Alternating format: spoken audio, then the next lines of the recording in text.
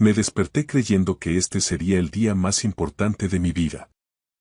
El día en que llevaría a mi hija al altar, tal como se lo había prometido a su madre antes de que ella falleciera. Pero antes de que saliera el sol por el horizonte de la sierra, nuestro chofer de toda la vida llegó mucho antes de lo previsto e hizo algo que jamás habría esperado de un hombre tan comedido. Abrió la puerta trasera de su sedán negro y, con una fuerza impropia de su edad, me empujó al interior, cubriéndome rápidamente con una manta de lana pesada que guardaba en el maletero. ¿Pero qué haces, Martín? ¿Te has vuelto loco? Susurré furioso, forcejeando desde la oscuridad asfixiante del coche.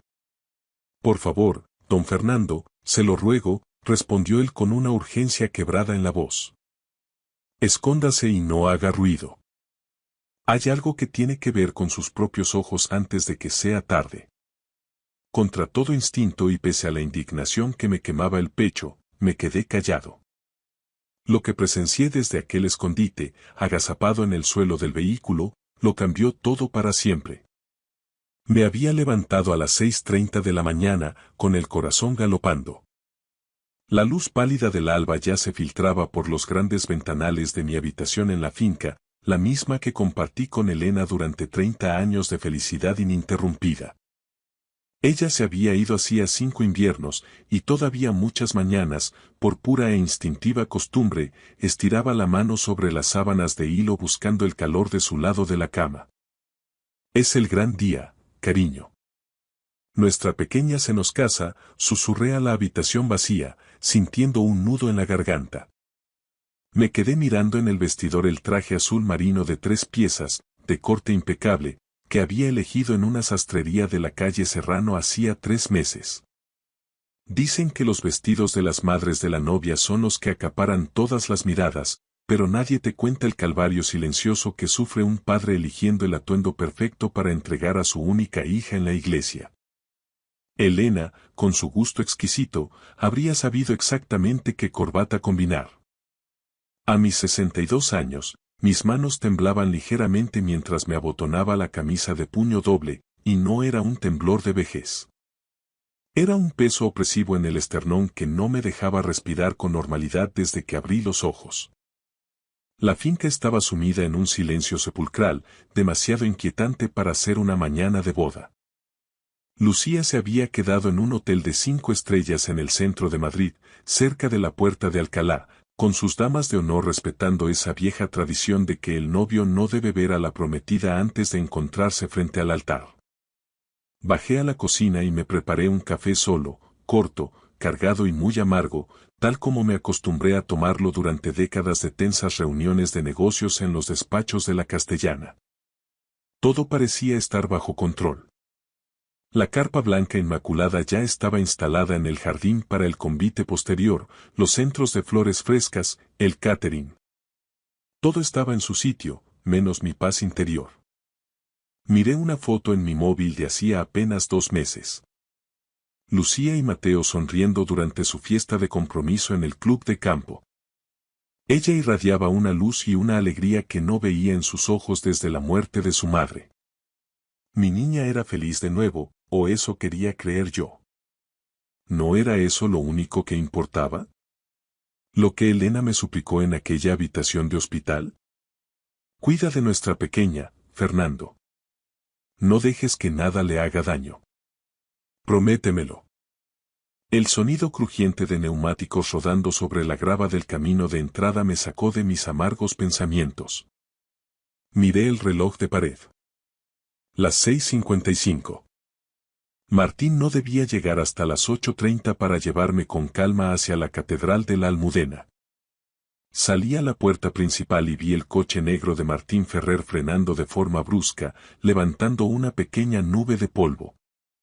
Martín llevaba a nuestro servicio más de 20 años, era más que un empleado, era parte de la familia. Él fue quien llevó a Elena a toda prisa al hospital la noche que nació Lucía, y él mismo fue quien me condujo a ese mismo hospital la fatídica noche en que Elena ya no regresó con nosotros. Si quedaba alguien en este mundo en quien confiara ciegamente, era en él. Pero cuando bajó del coche, vi una expresión en su rostro que me heló la sangre. Era puro miedo. Un miedo real, visceral, de esos que te tensan la mandíbula hasta el dolor y te hacen cerrar los puños de forma inconsciente. Martín, ¿qué pasa? ¿Has tenido algún problema con el coche? Pregunté bajando los escalones del porche. Señor Álvarez, necesito que confíe en mí más que nunca, dijo en un susurro apenas audible, oteando los árboles circundantes como si las sombras tuvieran oídos. Suba al coche. Ahora mismo. Por lo que más quiera, hágalo. Su tono de voz, cargado de una gravedad desconocida, hizo que se me encogiera el estómago. Me estás asustando de verdad, Martín. Debería estar asustado, señor. Pero no de mí. Jamás tenga miedo de mí.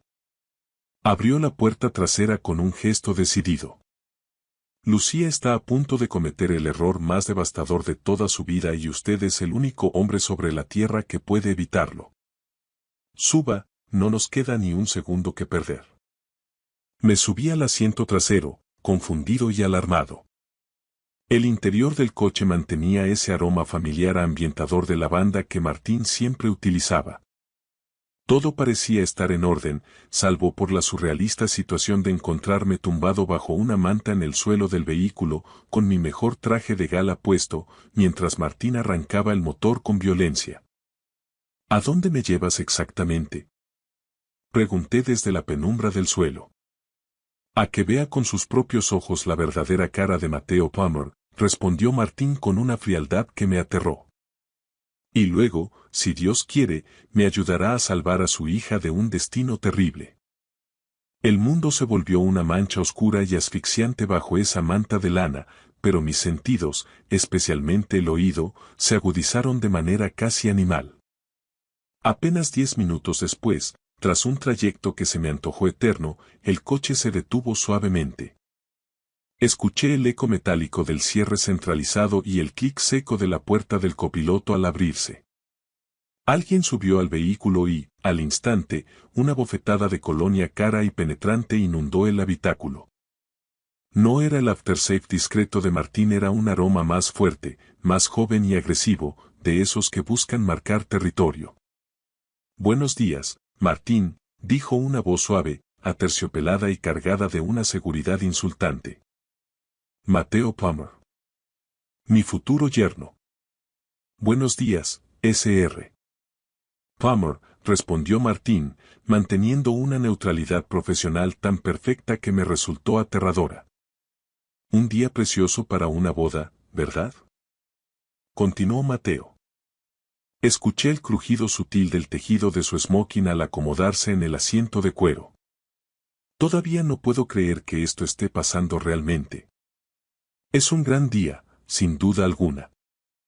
El coche se puso de nuevo en marcha. Bajo la manta, el aire se volvía cada vez más pesado, caluroso y cargado de una tensión que me hacía sudar. De repente, el silencio fue interrumpido por la vibración insistente del móvil de Mateo sobre el salpicadero. Debe de ser mi novia, dijo él, y por su tono pude adivinar esa sonrisa perfecta que solía encandilar a todos en nuestras cenas familiares. Hola, preciosa. No, no estoy nervioso. Bueno, quizás un poco, lo normal. Vas a dejarme sin aliento cuando entres por esa puerta, ¿verdad? Siempre lo haces. Yo también te quiero, cariño. Nos vemos en el altar, mi sol. Mi sol. Así llamaba a mi hija en la intimidad. Se me cerró el pecho con un dolor agudo. En ese preciso momento, Lucía probablemente estaría frente al espejo de su habitación de hotel, radiante, envuelta en encajes blancos y creyendo ciegamente en cada palabra de este hombre. La llamada terminó y, por un segundo de debilidad, llegué a pensar que Martín se equivocaba catastróficamente. Mateo sonaba realmente enamorado, con una ternura que parecía genuina. Pero entonces, apenas unos segundos después de colgar, el teléfono volvió a sonar. Joder. Masculló Mateo, y esta vez el insulto sonó como un látigo. Su tono cambió por completo, de una forma que me hizo estremecer. La calidez fingida desapareció, reemplazada por una voz gélida y cortante. Te dije que no llamarás a este número, y menos hoy. No, ahora no puedo hablar. Estoy en el coche con el chofer. Hubo una pausa cargada de electricidad. Escuché una voz metálica al otro lado de la línea, filtrándose desde el auricular. Era demasiado baja para entender las palabras, pero sonaba urgente y desesperada.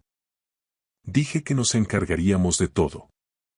Todo va según lo previsto, sentenció Mateo con una dureza que nunca le había conocido. 3 meses, ese es el trato, no antes. Acordamos el plazo. No me vuelvas a llamar hasta que...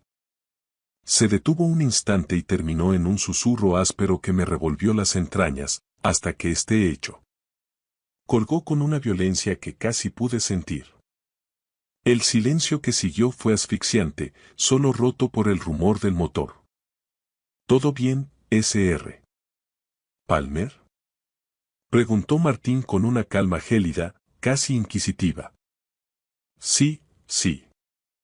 Solo negocios que no pueden esperar, ya sabes cómo es esto, trató de reír Mateo, pero su risa sonó hueca, forzada y carente de cualquier rastro de humor. La gente cree que porque sea el día de tu boda, el mundo tiene que detenerse, pero el dinero no descansa. 3 meses. No antes. Hasta que esté hecho. ¿De qué demonios estaba hablando? Bajo la manta, mis manos se cerraron en puños tan apretados que las uñas se clavaron en mis palmas. Esa segunda llamada no era de amor, ni se trataba de negocios legítimos. Era algo calculado, oscuro y frío. Empecé a comprender, con un horror creciente, que la calidez que mostraba con mi hija no era más que una máscara de actor profesional, y que lo que acababa de oír era su verdadero y siniestro yo. Estamos tomando una ruta distinta hoy para evitar problemas, Sr. Palmer, anunció Martín con voz monocorde. Hay obras de última hora en el Paseo de la Castellana y no quiero que lleguemos tarde. Ah, claro, lo que tú digas, Martín. Tú eres el que conoce estas calles, respondió Mateo con desdén, sin sospechar nada. Empezó a teclear frenéticamente en su móvil. Yo seguía allí, agazapado en la oscuridad, escuchando cada cambio de marcha y sintiendo cada giro del coche. Martín me había metido en este escondite para que escuchara esto, pero la duda me quemaba por dentro. ¿Qué sabía el que yo, con toda mi experiencia en los negocios, había ignorado por completo? Dime, Martín, ¿cuánto tiempo llevas exactamente trabajando para los Álvarez? Preguntó Mateo de repente, con un tono que buscaba ser casual pero sonaba a interrogatorio. 20 años este próximo septiembre, señor, respondió Martín sin vacilar. Es mucho tiempo, toda una vida. Debes de estar muy unido a la familia, supongo. Considero un honor servirles y proteger sus intereses, señor. Fernando parece un buen hombre, continuó Mateo, y pude notar un rastro de burla en su voz. Un poco anticuado, de la vieja escuela, pero sólido. El tipo de suegro que querrá seguir involucrado en cada detalle de la empresa y de la vida de su hija, imagino. El Sr. Álvarez ama profundamente a su hija, señor. Por ella haría cualquier cosa. Cuento con eso, la voz de Mateo adquirió una cualidad extraña, casi depredadora. Un hombre que ama tanto a su hija hará lo que sea necesario para verla feliz y protegida, ¿no cree usted? Supongo que sí, señor. Bien. Eso es muy bueno para todos. Se me erizó el vello de la nuca bajo la manta. No eran solo las palabras, sino el tono gélido y utilitario. Era como si Mateo estuviera haciendo un cálculo privado sobre mi valor y mi capacidad de sacrificio. El coche giró bruscamente y sentí que nos alejábamos definitivamente del centro de la ciudad. Mi brújula interna, forjada en años de recorrer Madrid, me decía que no íbamos hacia la Catedral de la Almudena. Íbamos hacia el sur, dejando atrás los barrios nobles, hacia las zonas industriales y residenciales más humildes y grises. Maldita sea. Mateo volvió a maldecir en voz baja al ver su móvil vibrar por tercera vez. Mira, Martín, tengo que hacer una parada rápida antes de ir a la iglesia. Es un asunto personal, no tardaré ni 5 minutos. Por supuesto, señor. ¿A dónde debo dirigirme? Preguntó Martín, aunque yo ya sabía la respuesta. Calle de la Oca, en Carabanchel. Ya sabes dónde es, ¿verdad? Dijo Mateo con impaciencia. Martín no dudó ni un segundo en el giro. Él ya sabía exactamente a dónde íbamos. Por eso me había escondido allí, para que viera el final de la mentira en el corazón de un barrio donde Mateo Palmer no debería tener nada que buscar en el día de su boda. El coche se detuvo con un leve traqueteo sobre una superficie irregular. Escuché el sonido metálico de la puerta de Mateo al abrirse y el roce de sus zapatos contra el suelo. Dame unos minutos, Martín. No apagues el motor, bajo y subo, ordenó Mateo con ese tono imperativo que ahora me resultaba repulsivo. Sus pasos, rápidos y decididos, se alejaron hacia lo que parecía el portal de una vivienda.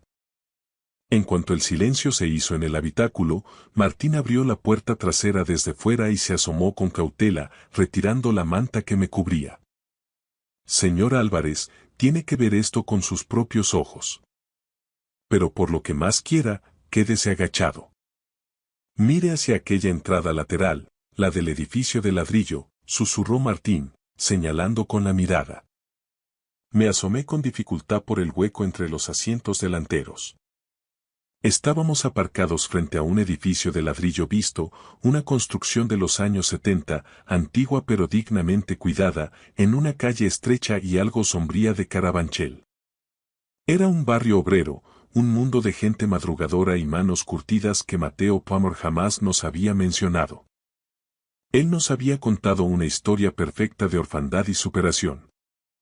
Que sus padres habían muerto en un accidente en el extranjero, que no tenía hermanos, que era un hombre hecho a sí mismo, solo en el mundo.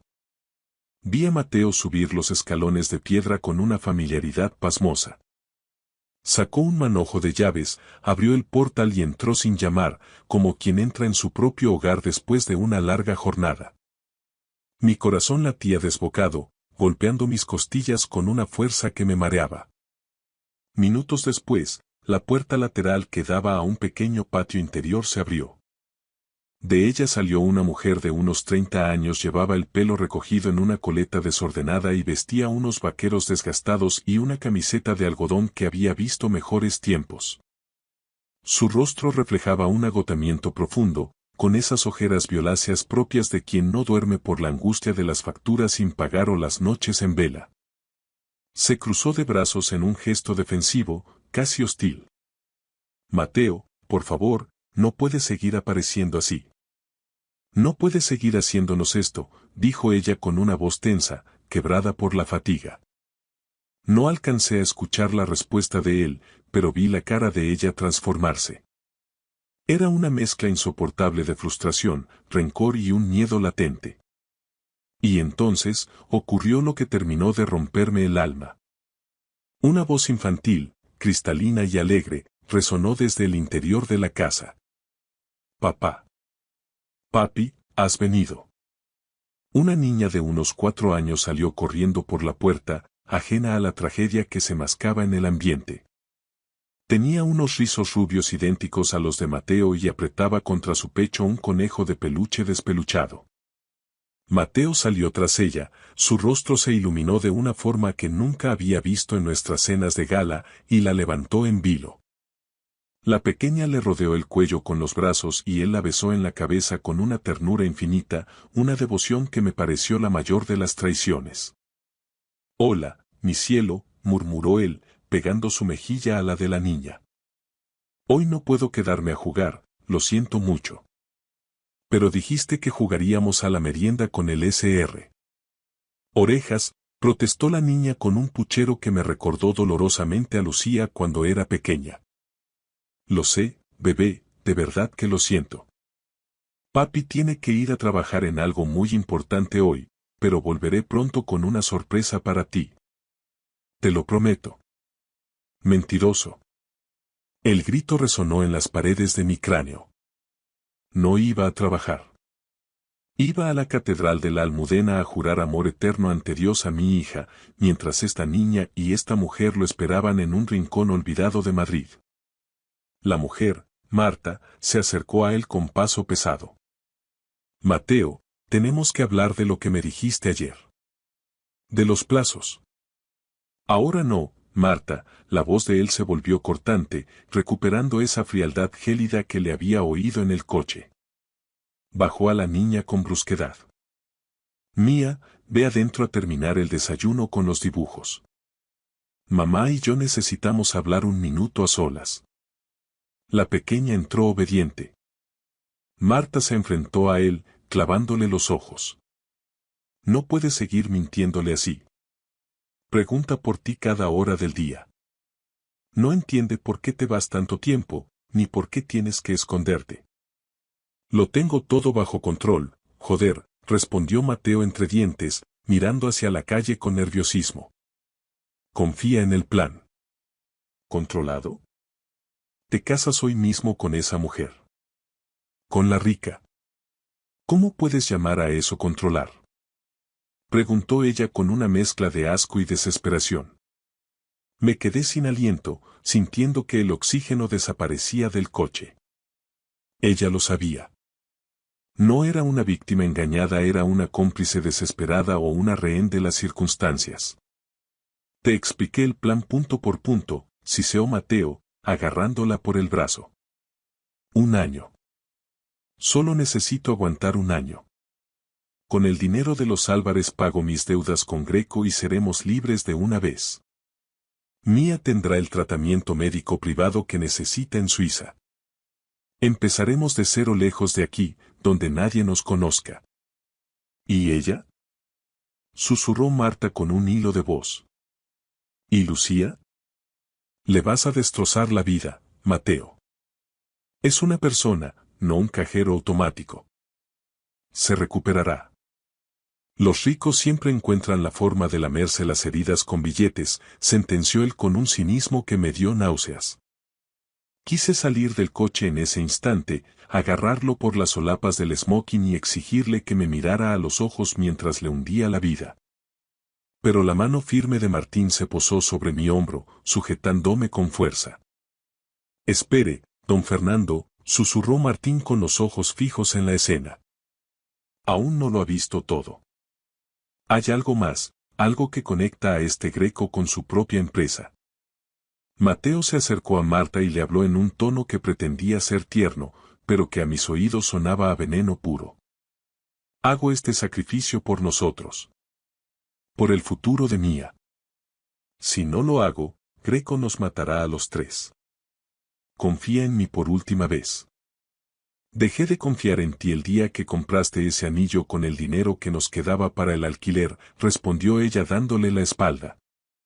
Mateo consultó su reloj de pulsera, un reloj que yo mismo le había regalado por su compromiso, y se marchó hacia el coche sin decir una palabra más. Marta se quedó allí, en medio del patio, con los hombros hundidos bajo el peso de una verdad insoportable, y volvió a entrar en la casa. Me quedé gélido, petrificado en el suelo del coche. Mateo Palmer no solo era un mentiroso, era un parásito que pretendía usar a mi hija como escudo financiero. Lucía no era para él más que una transacción, una cuenta bancaria con cara bonita que le serviría para salvar su propio cuello y el de su verdadera familia. Sr. Álvarez, vuelva a cubrirse, dijo Martín con una voz sombría mientras veía a Mateo acercarse. Aún no hemos terminado. Hay algo mucho peor que debes saber antes de que lleguemos a la iglesia.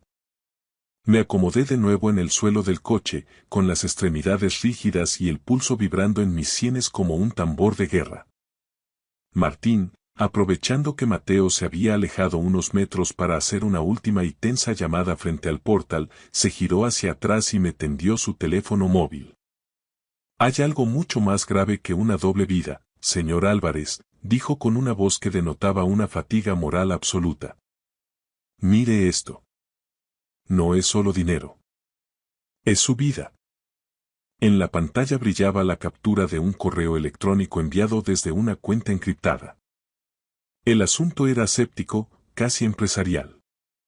Operación liquidación. Fase final. Mis ojos recorrieron las líneas con horror. Objetivo. 3 meses tras el enlace. Prioridad. Fallecimiento por causas accidentales. Sin rastro de terceros. Prima de éxito. 100.000 euros al cierre. Sentí como si mi sangre se transformara en esquirlas de hielo. Martín deslizó el dedo por la pantalla para mostrarme la siguiente imagen. Eran mensajes de una aplicación de mensajería privada. El sujeto sale de la finca a las 8:30. Ruta habitual por la 6 dirección Pozuelo de Alarcón hacia su despacho principal. Los martes suele ir solo con el chofer. Puntos ciegos identificados en el kilómetro 18. Mi horario. Mis rutas exactas. Mis costumbres más íntimas. Estaba todo allí, esquematizado como el despiece de una res en un matadero.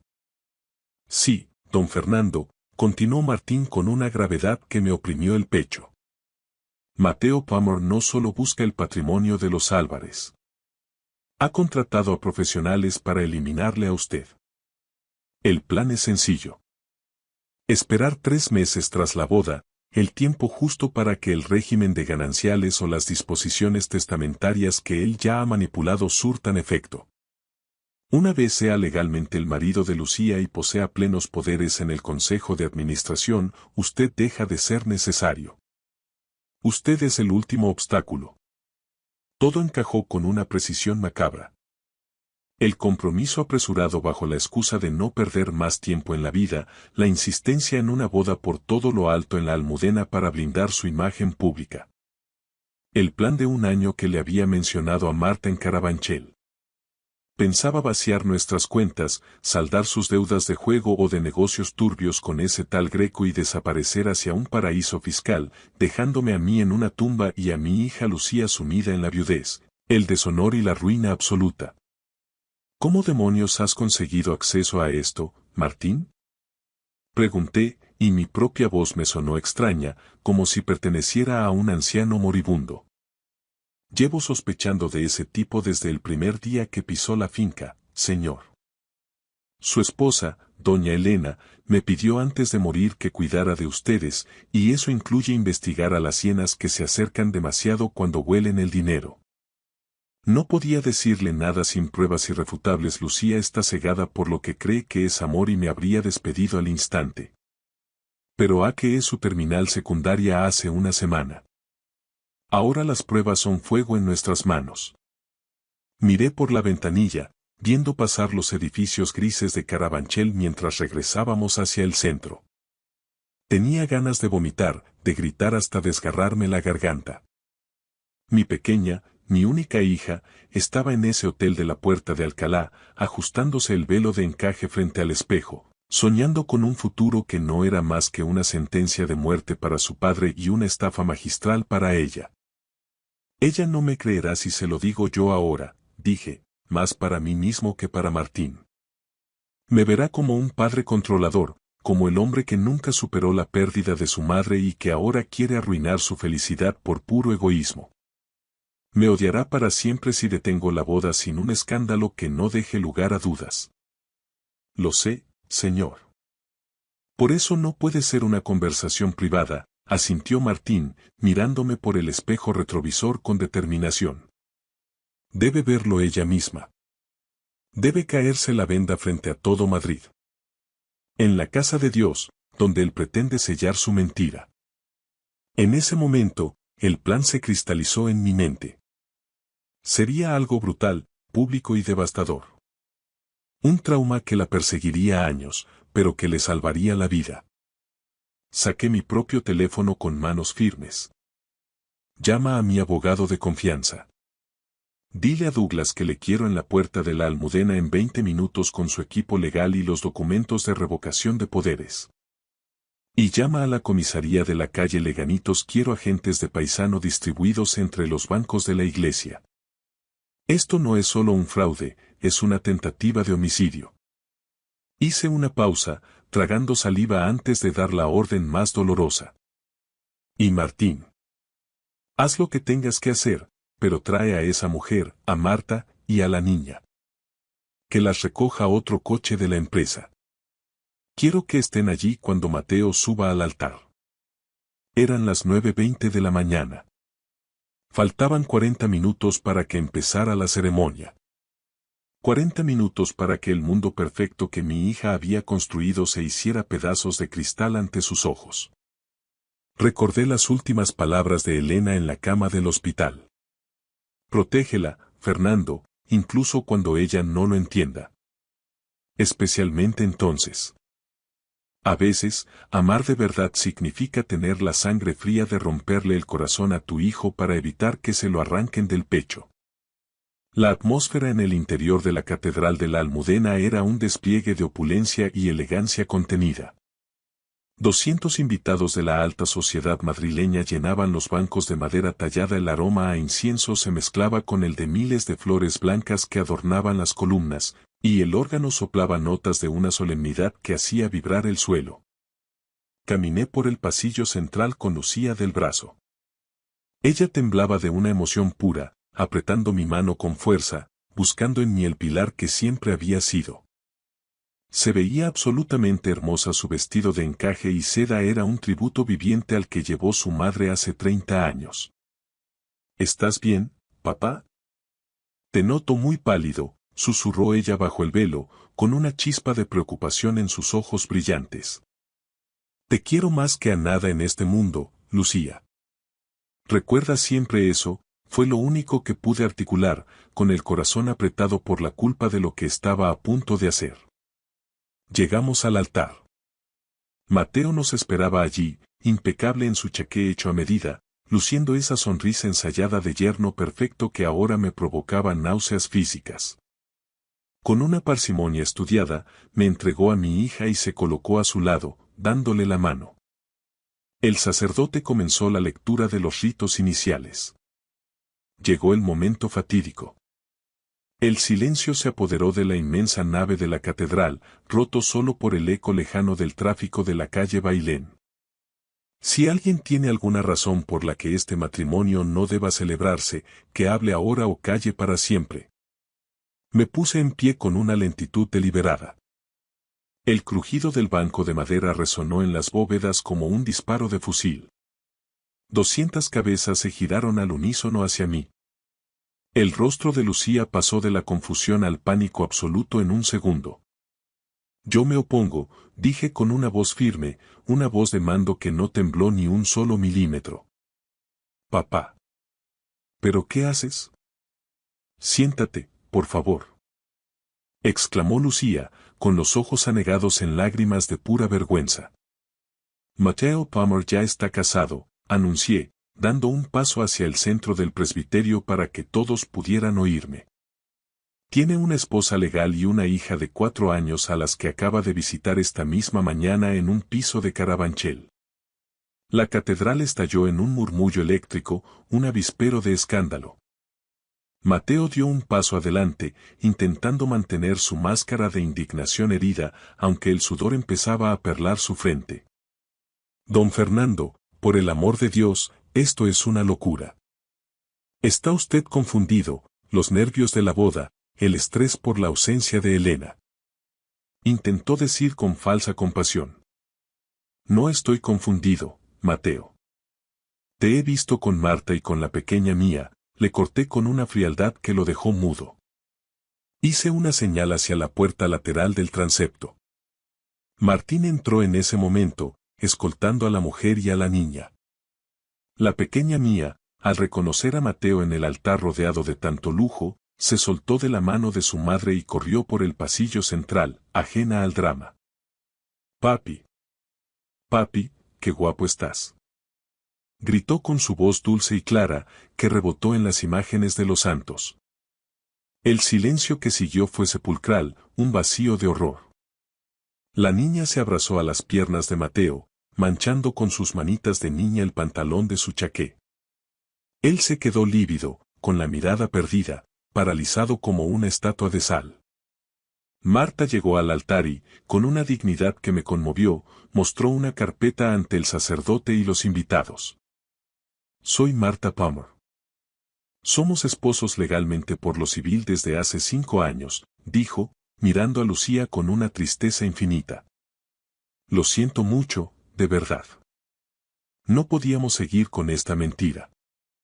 Lucía retrocedió tambaleándose, tapándose la boca con las manos para ahogar un grito. El velo se le resbaló de la cabeza, cayendo como un sudario sobre el suelo de mármol. Mateo. Susurró ella, buscándolo con la mirada. Dime que esto es una pesadilla. Dime que es mentira. Pero Mateo no pudo decir nada. Su máscara se había roto en 1000 pedazos irreconciliables. Y hay algo más, Lucía, añadí, acercándome a ella y entregándole el teléfono de Martín con los mensajes sobre el accidente programado. No solo te estaba usando por el apellido y el dinero. Estaba planeando mi muerte para dentro de 3 meses. Quería quedarse con todo el patrimonio de nuestra familia tras hacerme desaparecer. Mateo miró a su alrededor, sintiéndose atrapado como una rata. Vio a los agentes de paisano de la Policía Nacional acercándose por los laterales y el fondo de la iglesia. Intentó zafarse con un movimiento brusco, llegando a apartar a la niña con violencia, pero los agentes fueron más rápidos. Lo redujeron contra el mismo altar donde pretendía mentir ante Dios. Mateo Palmer, queda usted detenido por bigamia, falsedad documental, fraude y conspiración para cometer asesinato, anunció un inspector mientras le colocaba los grilletes. El clic metálico de las esposas fue lo último que se escuchó antes de que los gritos de indignación de los invitados y el llanto de los familiares llenaran la catedral. Lucía se desplomó en el suelo, rompiéndose en 1000 pedazos, llorando con un dolor que le salía de las entrañas. Me arrodillé a su lado de inmediato y la rodeé con mis brazos, protegiéndola del escrutinio de los presentes. Lo siento, mi vida. Lo siento tanto, le susurré al oído mientras la apretaba contra mi pecho. Ella me golpeó débilmente el pecho, me gritó que me odiaba, que por qué había tenido que ser así, de forma tan pública y cruel.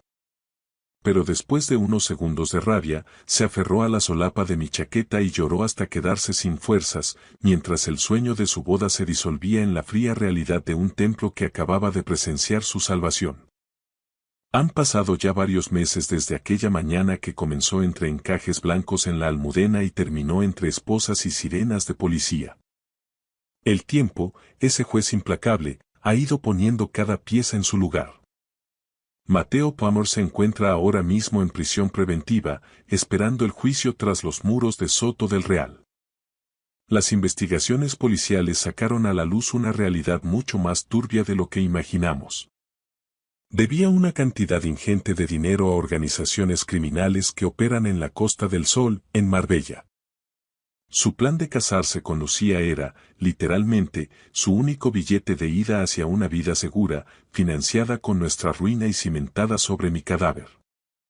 Marta y la pequeña Mía también han encontrado un nuevo camino.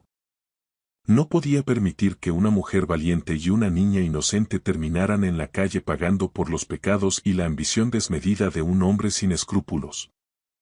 A través de nuestra fundación familiar, les hemos proporcionado un hogar seguro y el tratamiento médico privado que la pequeña tanto necesitaba. A veces, la justicia no solo consiste en castigar al culpable, sino en reparar el daño de quienes quedaron atrapados en sus redes. Lucía. Mi querida Lucía, se está recuperando. Al principio, el golpe fue devastador. Atravesó meses de un silencio sepulcral, encerrada en una depresión que me partía el alma cada vez que pasaba junto a su habitación. Pero el tiempo en la finca, el aire de la sierra y el amor incondicional han hecho su trabajo. Hace apenas unos días, la escuché reír de nuevo mientras paseaba por el jardín. Ha comprendido, con una madurez que me llena de orgullo, que aquel estallido de verdad en la catedral no fue un acto de crueldad por mi parte. No estaba destruyendo su vida, la estaba arrancando, con la fuerza de un padre desesperado, de las fauces de una bestia que la habría devorado viva. He aprendido que la verdadera protección de un padre no tiene nada que ver con la malicia ni con el deseo de controlar. Se trata de la capacidad de interponerse entre tu hijo y el abismo, cueste lo que cueste, incluso si el precio es tu propio prestigio. Es la voluntad inquebrantable de aceptar el papel de villano a sus ojos durante un tiempo, con tal de que ella pueda tener, sencillamente, un futuro donde despertar a salvo. Doy gracias al cielo cada mañana por la lealtad de Martín. No todo el mundo tiene la inmensa suerte de contar con un hombre de honor que se atreva a cruzar la línea para decir la verdad cuando todo el mundo prefiere mirar hacia otro lado. Su valentía, al arriesgar su puesto y nuestra confianza para abrirme los ojos, es algo que nunca podré pagarle del todo. Proteger a la familia nunca es un error, por muy amarga que sea la medicina. Esta noche, al mirar las estrellas desde el porche de la finca, he sentido por primera vez una paz profunda. He mirado la foto de Elena que siempre llevo conmigo y, con un nudo de alivio en la garganta, he podido decirle por fin: Elena, descansa tranquila. He cumplido mi promesa. Nuestra hija está a salvo. Gracias por escuchar mi historia hasta el final. Si resonó contigo, dale like, escribe en los comentarios qué fue lo que más te tocó y no olvides decir de dónde eres. Suscríbete al canal, vienen muchas más historias. Me llamo Mateo Vega. Tengo 66 años y, hasta hace muy poco, creía que conocía cada rincón de mi vida y de mi familia en nuestra querida Sevilla. Pero la verdad es como el sol de agosto en Andalucía. Tarde o temprano, termina quemando las sombras. Han pasado 10 meses desde que mi esposa, Lucía, falleció. Ella no era solo mi compañera, era una abogada de prestigio que dedicó 23 años de su vida a proteger los intereses de los ancianos de nuestro barrio en su despacho de Triana. Su oficina era su santuario, un pequeño garaje reformado detrás de nuestra casa en la calle Pureza. Durante casi un año, evité entrar allí. Cada vez que pasaba por delante, me parecía ver su reflejo en el cristal, con sus gafas de lectura y rodeada de expedientes jurídicos. Sin embargo, mi nieta Estela necesitaba un lugar tranquilo para estudiar y decidí que era hora de convertir ese templo del duelo en una biblioteca para ella. Llamé a Javier, un contratista de confianza que ya nos había hecho reformas antes. Solo hay que desmontar las estanterías, actualizar el cableado y mejorar la iluminación, le dije mientras le entregaba la llave aquel martes de finales de septiembre. No podía quedarme a ver cómo desmantelaba el espacio de Lucía. Sus libros de derecho, sus diplomas de la Universidad de Sevilla, incluso la taza de café que nunca terminaba de lavar. 3 horas después, mi móvil sonó. Era Javier. Su voz sonaba tensa. Sr. Vega, tiene que venir a ver esto. Pero no venga solo. Traiga a sus hijos. Mi corazón dio un vuelco. Cuando llegué, Javier estaba junto a la estantería del muro este, esa que Lucía encargó a medida en 2001. La había desplazado hacia adelante. Se movía con demasiada facilidad, me explicó. Detrás, oculta en el muro, había una pequeña caja fuerte digital de acero cepillado. Me quedé solo en el despacho. El aire todavía olía ligeramente a su perfume. Lucía nunca mencionó una caja fuerte, pero después de 44 años de matrimonio, conocía sus patrones. Probé con nuestras fechas especiales. El código de nuestro aniversario de bodas hizo clic. 15-06-81. Al abrirla, encontré un lápiz de memoria USB, un sobre de color manila sellado y una pila de documentos con nombres subrayados de personas que conocía de la ciudad. El sobre tenía mi nombre escrito con su letra precisa. Para Mateo. Leer a solas primero. Mis manos temblaban tanto que tuve que apoyarme en su escritorio para abrirlo. Dentro había una carta de 3 páginas. La primera línea me robó el aliento. Mi querido Mateo, si estás leyendo esto, es que ya no estoy. Y has encontrado lo que he estado ocultando durante 3 años. 3 años. Ella cargó con este secreto mientras el cáncer consumía su vida. Le pedí a Javier que se marchara. Él asintió con respeto y cerró la puerta, dejándome a solas con las últimas palabras de mi esposa. La luz del atardecer se filtraba por las persianas, proyectando sombras alargadas sobre la mesa donde Lucía pasó tantas noches revisando casos. Diego no es quien pensamos que es, decía la carta. Mi pecho se apretó. Diego, nuestro hijo mayor, el exitoso, el que trabajaba en la zona financiera de Madrid, de quien me había sentido orgulloso durante 44 años. Hace 3 años, la S.R.A. Dolores Ibáñez vino a mi despacho. Perdió todos sus ahorros de jubilación, 380.000 euros. El asesor de inversiones que se lo llevó fue nuestro hijo. Mis ojos se nublaron, pero seguí leyendo. Lucía había investigado. Había 6 víctimas, 6 clientes ancianos que confiaron en alguien que se hacía llamar Lucas Vega. Lucas, nuestro hijo menor. El que siempre parecía estar en apuros, el que se declaró en quiebra hace 7 años, a quien su mujer abandonó y que ahora sobrevivía dando clases de matemáticas en un instituto de secundaria. La carta era demoledora. Diego había usurpado la identidad de su hermano. Había usado sus cuentas, falsificado sus firmas y cargado toda la culpa sobre Lucas. Si aquello salía a la luz sin pruebas, Lucas sería el primer arrestado. Me desplomé en la silla de cuero. Diego vivía en una urbanización de lujo en Pozuelo, conducía un Mercedes y se iba de vacaciones a Europa cada verano. Siempre pensé que era el brillante y responsable, mientras que Lucas me resultaba decepcionante y frágil. Qué equivocado estaba. He pasado 2 años reuniendo pruebas. No podía ir a la policía porque el montaje de Diego es perfecto. Lucas sería acusado antes de que nadie mirara más allá. En el USB está todo. Transferencias, registros bancarios y una grabación de Diego confesándolo todo. Le hice creer que me llevaría su secreto a la tumba. Lucía había grabado a nuestro propio hijo confesando cómo destruía la vida de su hermano. Ella quería decírmelo después de mi fiesta de jubilación, para darme un último recuerdo feliz, pero el cáncer avanzó demasiado rápido. La elección es tuya ahora, Mateo. Protege a Lucas. Él es inocente. Siempre fue el mejor de nuestros hijos, y nunca supimos verlo. Te quiero. Siento no haber podido arreglar esto antes de irme. La firma de Lucía temblaba al final de la hoja. El hijo del que tanto había presumido era un ladrón que se aprovechaba de ancianos como la S.R.A. Ibáñez. Y el hijo de quien me avergonzaba en silencio había sido víctima de un sabotaje cruel durante 7 años. 7 años de ruina, divorcio y vergüenza. Y yo, en mi ceguera, seguía alabando a Diego y compadeciendo a Lucas. Conecté el USB al portátil que Javier había dejado olvidado.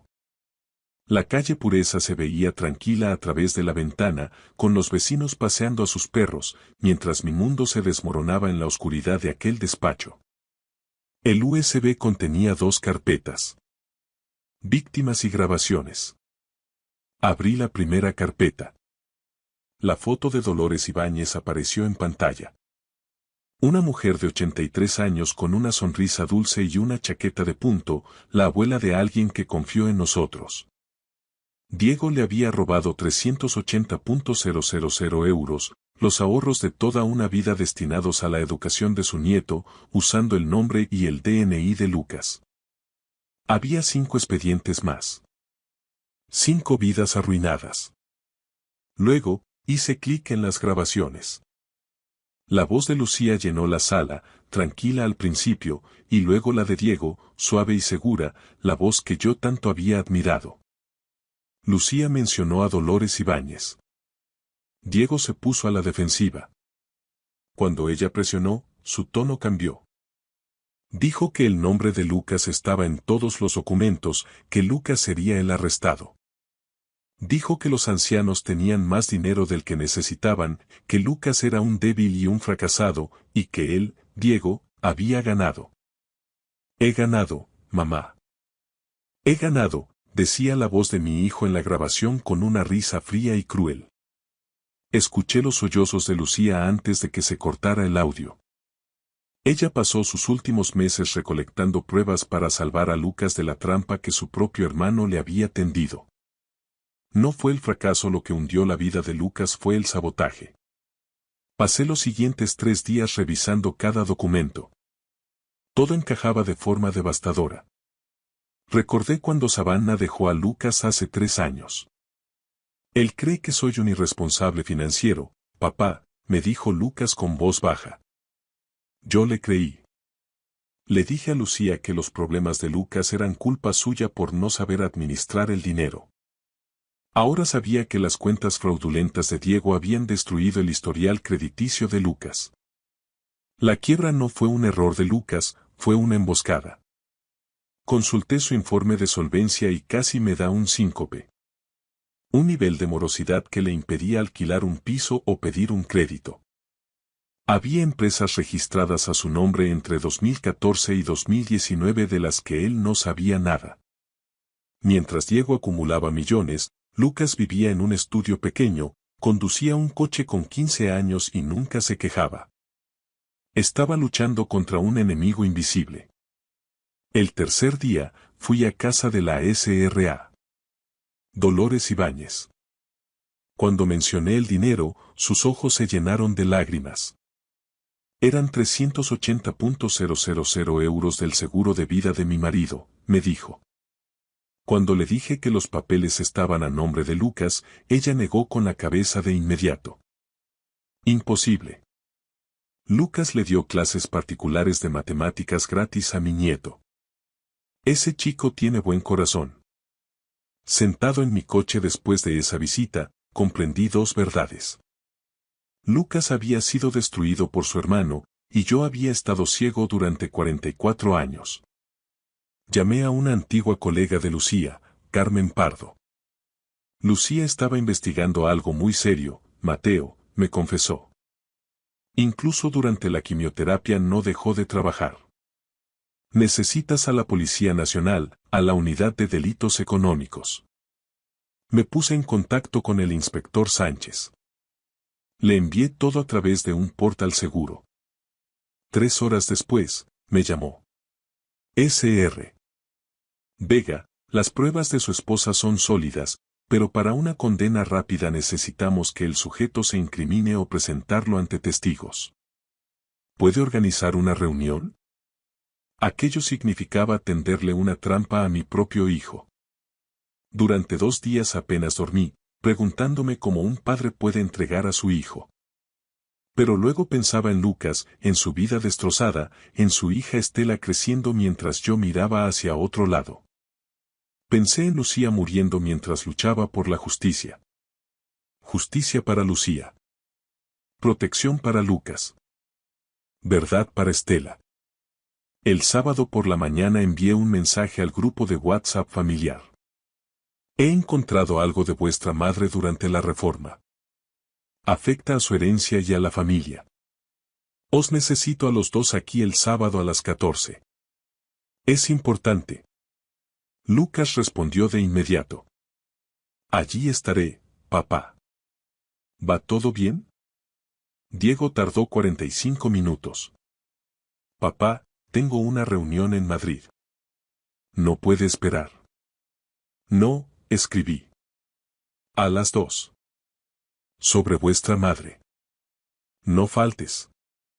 Llegó el sábado, gris y frío.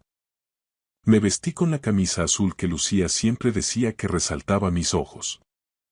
Me puse su anillo de bodas en una cadena alrededor del cuello, sentía que la traía conmigo.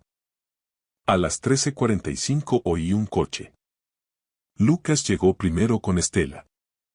Minutos después, Diego aparcó su Mercedes de alta gama, un coche que valía lo que Lucas ganaba en 2 años de profesor.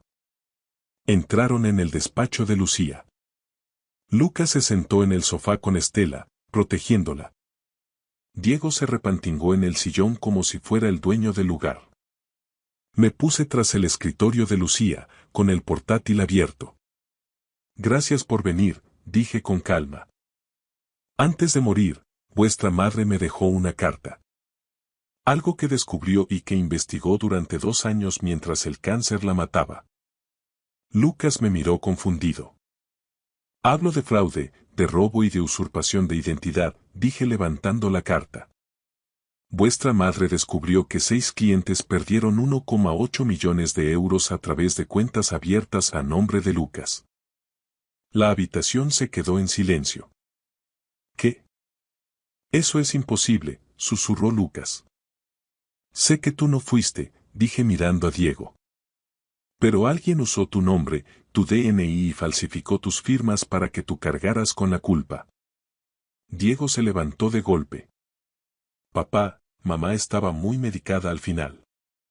No pensaba con claridad.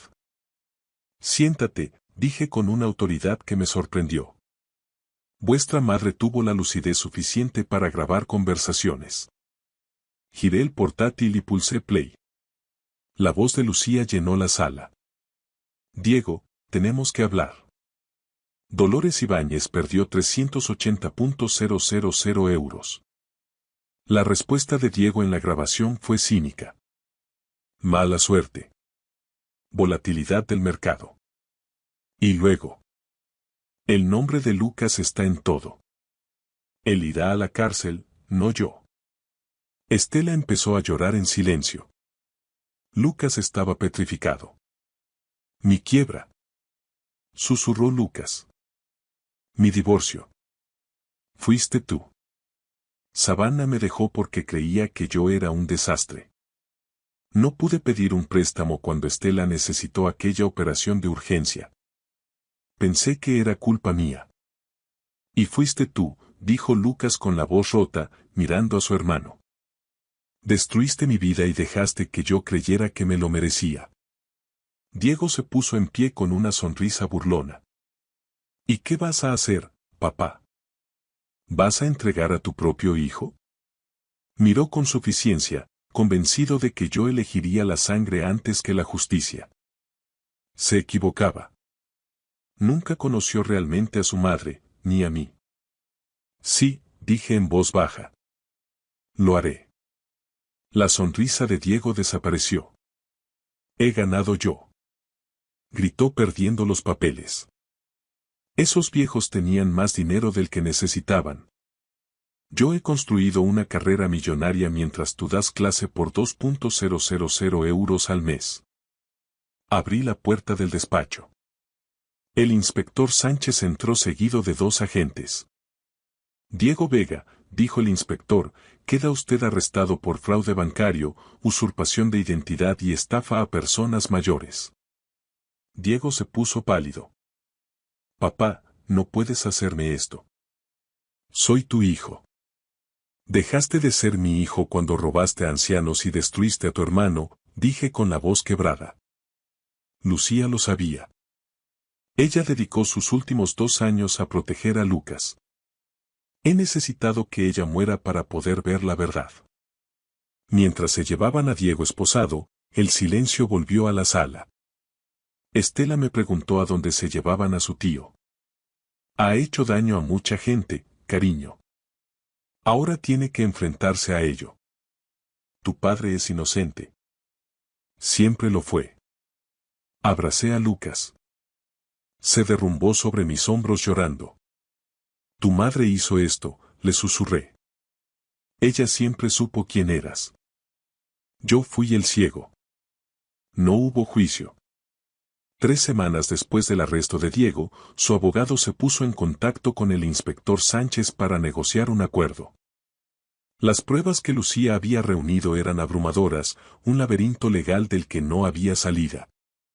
A cambio de una cooperación total, revelando cada empresa pantalla y cada activo oculto, Diego aceptó una condena de 22 años de prisión en lugar de los más de 50 a los que se enfrentaba si íbamos a juicio. Asistí a la lectura de la sentencia solo. Lucas se ofreció a acompañarme, pero le dije que no. Era algo que necesitaba presenciar por mi cuenta, un cierre necesario para esta historia de traición.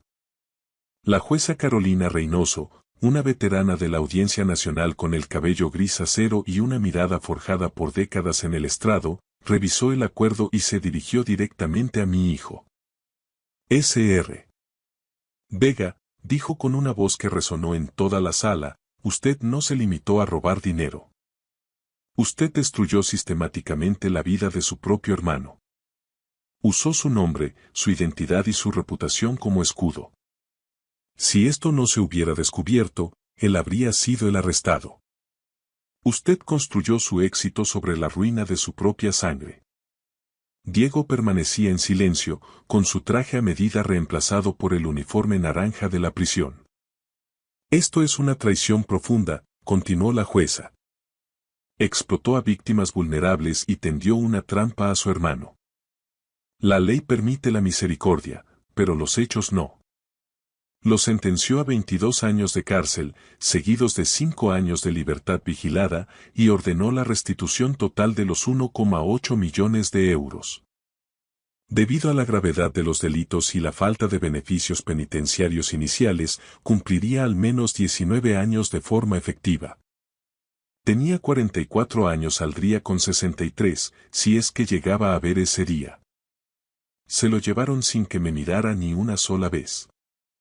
2 meses después, la restitución se completó. El chalet de Diego en Pozuelo se vendió por 1,2 millones de euros.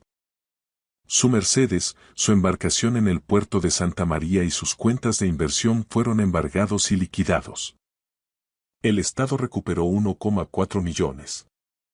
Yo añadí 200.000 euros del seguro de vida de Lucía, era exactamente lo que ella habría querido.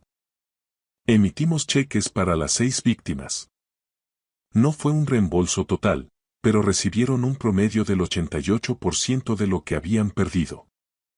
Para personas que creían que sus ahorros habían desaparecido para siempre, fue un milagro. Cuando se lo comuniqué a la SRA, Ibáñez rompió a llorar. Gracias a Lucía y a usted, me dijo, mi nieto podrá ir a la universidad. La redención de Lucas llegó lenta pero firme. El periódico local publicó la noticia, limpiando su nombre por completo. El consejo escolar del instituto le otorgó un reconocimiento a la integridad. Los informes de fraude corrigieron su historial crediticio. La recuperación llevaría años, pero el camino por fin estaba despejado. El apoyo de la comunidad lo abrumó. Los padres de sus antiguos alumnos recaudaron 40.000 euros para ayudarlo a reconstruir su vida. 3 meses después de la sentencia, vendí la casa de la calle Pureza. Tenía demasiados recuerdos. Lucía muriendo en la planta de arriba, el descubrimiento de la verdad en su oficina, Diego saliendo esposado. No podía quedarme. Compré una casa más modesta a 10 minutos del piso de Lucas. Poco después, Lucas y Estela se mudaron conmigo. Su crédito aún estaba dañado, pero ambos sabíamos la verdad. Nos necesitábamos el uno al otro. Empecé a trabajar como voluntario en un centro de mayores, impartiendo talleres sobre cómo protegerse del fraude financiero. Convertir el dolor en propósito era mi forma de continuar el trabajo de Lucía. Antes de entregar las llaves de la antigua casa, entré por última vez en el despacho de Lucía. Decidí que no lo convertiría en una sala de lectura allí, sino que lo recrearía en nuestro nuevo hogar. Su mesa, sus libros, sus diplomas. Un monumento a una mujer que luchó contra el cáncer y la corrupción al mismo tiempo. Ella nos protegió incluso después de su muerte a través de grabaciones y pruebas. Ese era el legado de Lucía. No el título, ni la carrera, sino el valor de luchar por lo que es justo, aunque le costara todo. Incluso si le costaba perderme a mí por un tiempo. En una fría mañana de diciembre, celebramos una pequeña ceremonia en lo que llamé el despacho memorial Lucía Vega. Lo había recreado con cuidado en la nueva casa, con las ventanas orientadas al este para que entrara el sol de la mañana, igual que en Triana. Sobre el escritorio colgaba una placa de bronce. Lucía Vega, de 1958 a 2024. Luchó por la verdad incluso cuando le costó todo. Nos reunimos los cuatro. Lucas, Estela, la SRA. Ibáñez y yo. El abuelo me pidió que leyera algo, dijo Estela, con su voz de 12 años firme a pesar de las lágrimas. Sostenía una página mecanografiada. Es un ensayo que escribí para el colegio. Una persona que cambió mi vida. Aclaró su garganta y empezó. Mi abuela murió antes de que yo la conociera de verdad. Pero este año he aprendido algo increíble. Mientras se moría, también estaba luchando. No solo contra el cáncer, sino contra el crimen. Mi tío hizo algo muy malo. Robó a ancianos y prefirió que culparan a mi padre. Durante 10 años, la vida de mi padre fue una mentira. Pero mi abuela lo sabía. Ella fue como un ángel de la guarda que salvó a mi papá incluso después de haberse ido. Ese es el tipo de persona que quiero ser. Alguien que lucha por lo correcto, aunque sea difícil. La SRA. Ibáñez se secó los ojos. Lucas abrazó a su hija con fuerza. Luego, Lucas miró la foto de Lucía y dijo con la voz quebrada. Mamá, gracias por creer en mí cuando nadie más lo hizo. Gracias por pelear una batalla que yo ni siquiera sabía que existía. Se volvió hacia mí. Papá, gracias por terminar lo que mamá empezó. Gracias por elegir la verdad. Gracias por elegirme a mí. No pude hablar. Solo estreché a mi hijo en un abrazo que llevaba 41 años de retraso. A veces me preguntan de dónde saqué las fuerzas para entregar a mi propio hijo. La verdad es que yo no lo hice, lo hizo Lucía. Ella ganó la batalla contra la corrupción y esa victoria nos sobrevivirá a todos. Diego cumple su condena en la prisión de Huelva. No lo visitamos. Hay traiciones que son demasiado profundas. Lucía me enseñó que el amor a veces significa proteger al inocente, incluso cuando el coste es altísimo. Ella no solo dejó pruebas, dejó la verdad. Y la verdad nos devolvió nuestra familia, una construida sobre la honestidad, no sobre la lealtad ciega. Afuera empezaba a refrescar. La voz de Estela me llamó desde el salón. Abuelo. Papá está haciendo chocolate caliente. Miré por última vez la foto de Lucía sonriendo y bajé a reunirme con ellos. 3 generaciones sanando juntas. Cuéntame otra historia de la abuela, pidió Estela. Sonreí. Cada historia sobre ella es una historia sobre la valentía. Tengo 66 años y, si hay una lección que he aprendido, es esta. No estéis ciegos como lo estuve yo. No ignoréis las señales. No favorezcáis a un hijo sobre otro. No esperéis a que alguien muera para ver su coraje. Durante 44 años pensé que conocía a mi familia, pero la vida me demostró que estaba equivocado. Pensé que sabía de qué hijo estar orgulloso, y resultó que estaba celebrando al equivocado. Pensé que mi esposa era solo una buena abogada. Ahora sé que era una guerrera. Estas historias que le cuento a Estela ahora son diferentes. Son honestas. Tratan sobre errores, ceguera y aprender demasiado tarde. Pero también tratan sobre la redención. Esta historia me enseñó que, a veces, amar significa elegir la justicia por encima de la comodidad. Que la verdadera familia se construye sobre la verdad. Y que las personas que subestimamos, como mi hijo Lucas, como mi esposa enferma, suelen ser las que guardan más fuerza en su interior. A veces, las verdades más duras son las únicas que nos hacen libres. Que Dios os bendiga a todos. Gracias por escuchar mi historia hasta el final. Si resonó contigo, dale like, escribe en los comentarios qué fue lo que más te tocó y no olvides decir de dónde eres. Suscríbete al canal, vienen muchas más historias.